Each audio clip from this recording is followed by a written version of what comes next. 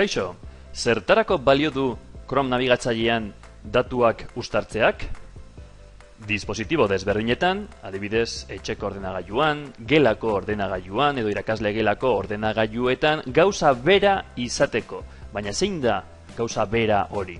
Googleek dio, favoritoak, historiala, pasaitzak, autokompletar agertzeko, eta bar. Banan ikusiko ditugu guztiak. Historiala, adibidez, Ctrl H, klikatzen badut, agertzen da historiala. Atzo, etxean, egon nintzen, horri honetan. Orain, gelako ordenagailuan nago, eta hor agertzen da site hori. Gogoratu, historiala ikusteko, Ctrl H, eta uztartzen baditut nire datuak nabigatzailean, berdin du ze ordenagailuan egoteak. Beti agertuko dira historialean. Bigarren gauza, favoritoak edo markadoreak uztartzeko. Hemen daude, nik egunero erabiltzen ditudan web orriak. Adibidez, nik egunero ere erabiltzen dut korreoa, posta elektronikoa. Ona ekartzeko, ireki korreo elektronikoa, Gmail, kasu honetan, eta URL-ko leihoan izar bat dago. Klikatu izarraren gainean, eta jarri osu izen bat markadoreari. Kasu honetan, Gmail. Listo, klikatu, eta begira, ona etorri da. Gmaileko ikurra, ezaguna denez, nahi baduzue, kendu izena, guardar, eta agertzen da bakarrik ikurra, eta horrela garbiago geratzen da. Gehitu dut hau, gehitu dut korreoa, jarriko dut hemen, ze da gehien erabiltzen dudana, eta Drive ere erabiltzen dut, gauza bera, klikatu izarrean, eta listo, eta Drive hemen agertzen da. Egingo dugu froga. Beste pestaina batean nago, Drive klikatzen badut, Drive irekitzen da. Hoiek dira favoritoak edo markadoreak. Kudeatzeko, hemen daude 3 puntu, markadores, administrar markadores. Eta horrela, kendu nahi baduzu bat, hautatu, eskuineko botoiarekin klikatu gainean, eta suprimir. Eta horrela, kenduko duzu. Beste gauza bat, gehigarriak edo aplikazioak. Hauek dira gehigarriak eta aplikazioak. Adibidez, nik daukat itzulpenak egiteko, drivera zuzen bidaltzeko, edo pantailazoak egiteko. Adibidez, New York Times irekitzen badut, eta itzultzailean klikatzen badut, traducir esta página. Itzulpena egiten du. Nik nahi dut euskaraz. Traducido al, aldatzen duzue, eta orain New York Times euskaraz agertzen da.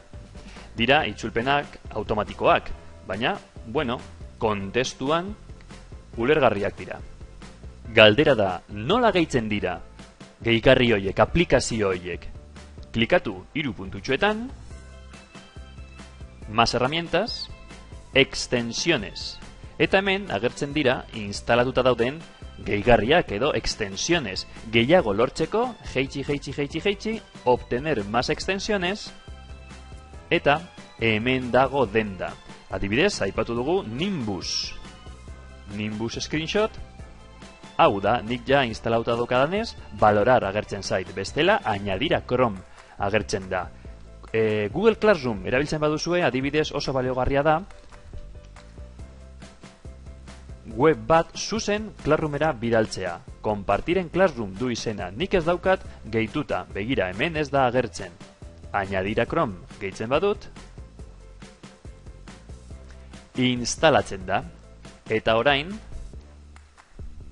hemen klikatzen badut, site hau zuzen joango da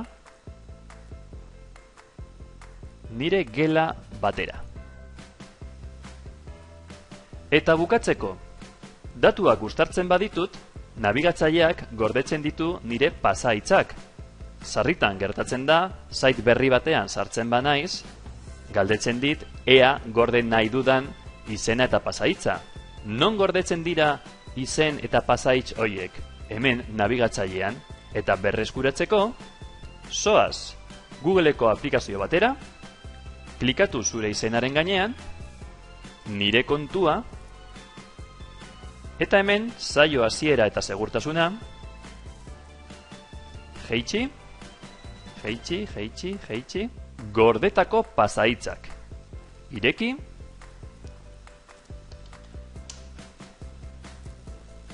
eta hemen daude erabiltzen ditudan aplikazioak, erabiltzailea eta pasahitza.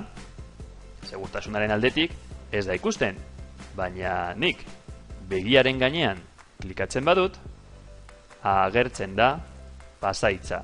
Zergatik agertzen da hemen? Behin, Chrome nabigatzailean nabigatzen ari nintzelako, eta galdera agertzean, ¿quiere guardar esta contraseña? Nunca edo sí. Nik sí klikatu nuen. Horregatik, gu gomendatzen dugu, datuak uztartzea nabigatzailean. Hori bai, bukatzean, klikatu izenaren gainean, administrar usuarios, eta eliminar este perfil. Ordenagailua publikoa bada, mesedez beti eliminar este perfil. Zuen datu guztiak hortik ezabatzeko. Etxeko ordenagailua bada, ez du merezi.